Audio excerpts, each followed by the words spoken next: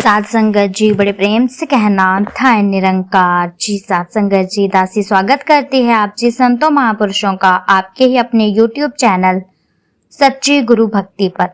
तो साध संगत जी दासी आप जी के सामने आज फिर से एक नई प्रेरणादायक कहानी लेकर के आई है।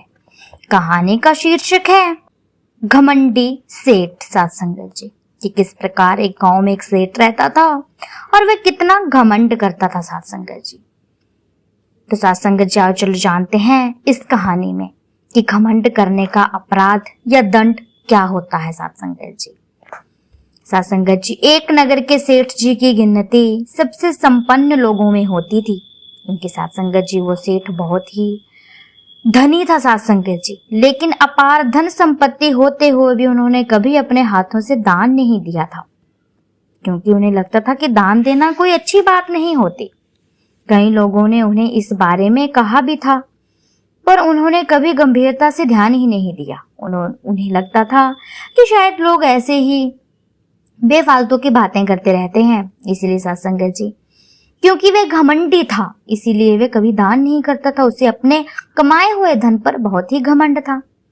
एक रात सेठ जी के घर एक चोर ने सेंध लगाई। उसने सावधानी से घर का कीमती सामान एकत्रित किया और उसकी एक बड़ी पोटली बना ली। पोटली सिर पर रखते ही वह गिर गई और रात के सन्नाटे में धम की आवाज होते ही सेठ जी की नींद उचट गई। वे साध संगत जी चोर के पास गए और पोटली उठाने में उनकी मदद करने लगे। चोर को डर से कांपते हुए देखकर उन्होंने कहा, डरो मत भाई, तुम सब ये खुशी खुशी साथ ले जा सकते हो, मगर तुम भी मेरे ही जैसे लगते हो। मैंने भी अपने जमा धन से किसी और के लिए कुछ नहीं निकाला, इसीलिए मेरा धन भी मुझ पर भार की तरह है।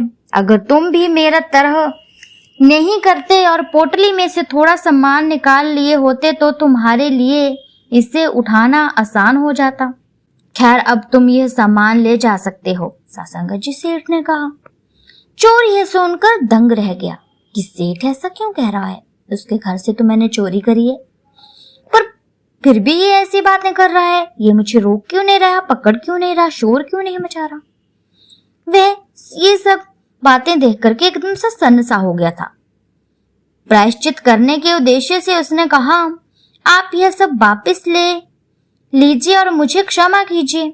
यह सुनकर सेठ जी ने कहा, साध संगत जी कि तुम्हें एक शर्त पर क्षमा किया जा सकता है।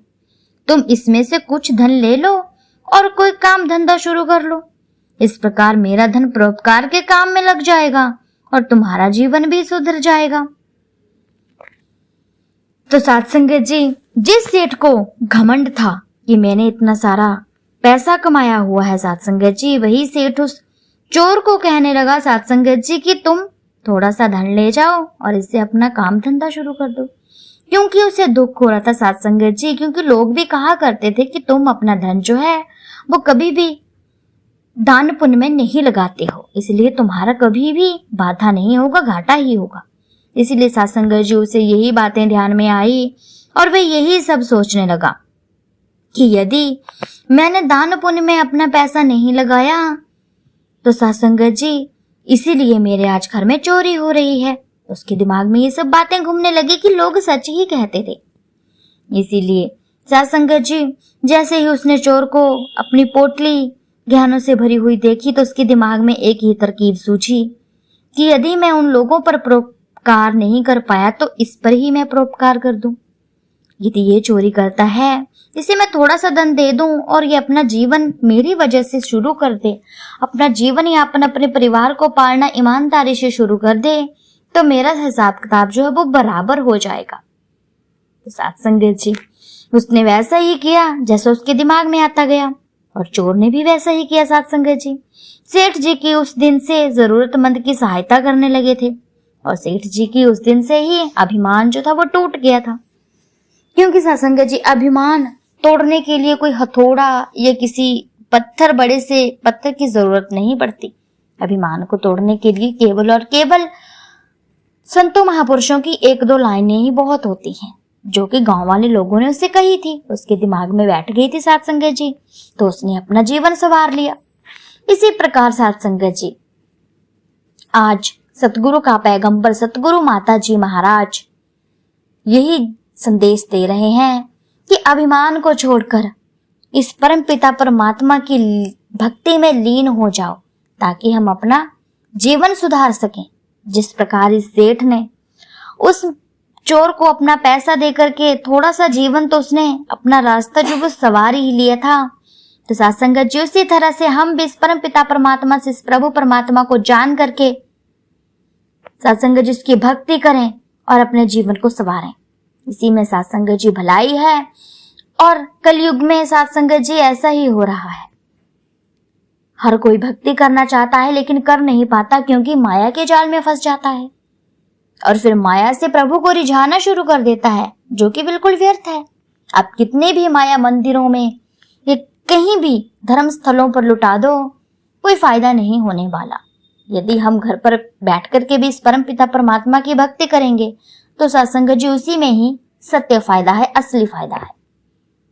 तो सत्संग जी हमें भी अपने घर में भी यही संदेश देना है, अपने बच्चों को, अपने परिवार को, कि यदि हम रास्ते से भटक गए हैं तो रास्ते पर आ जाइए, क्योंकि सत्संग जी ये कलयुग है और कलयुग में किसी को माफ नहीं किया जा सकता, जैसे कि द्वापर युग या सतयुग में किया जाता था।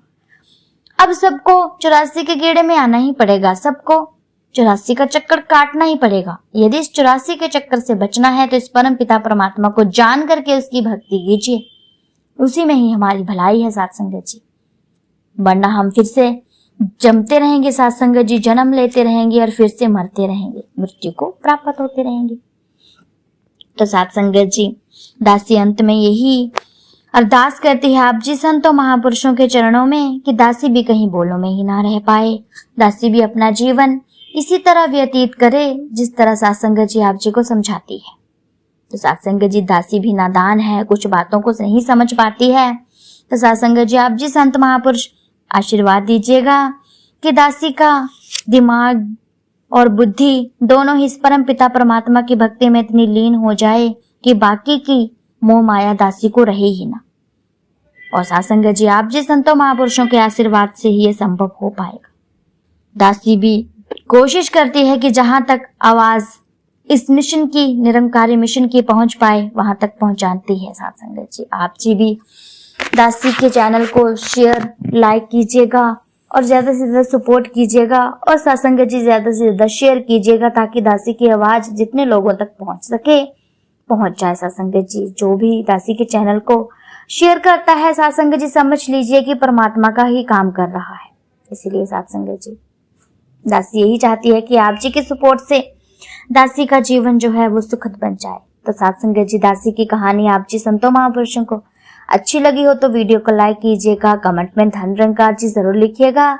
चैनल पर नए हैं तो चैनल को सब्सक्राइब जरूर कर लीजिएगा, क्योंकि सत्संग जी ऐसी ही प्रेरणादायक कहानियां मैं आप जी संतों महापुरुषों के सामने हर रोज लेकर के आती रहूंगी। अब मैं मिलती हूँ आपसे नेक्स्ट वीडियो में, तब तक के लिए धन निरंकार जी।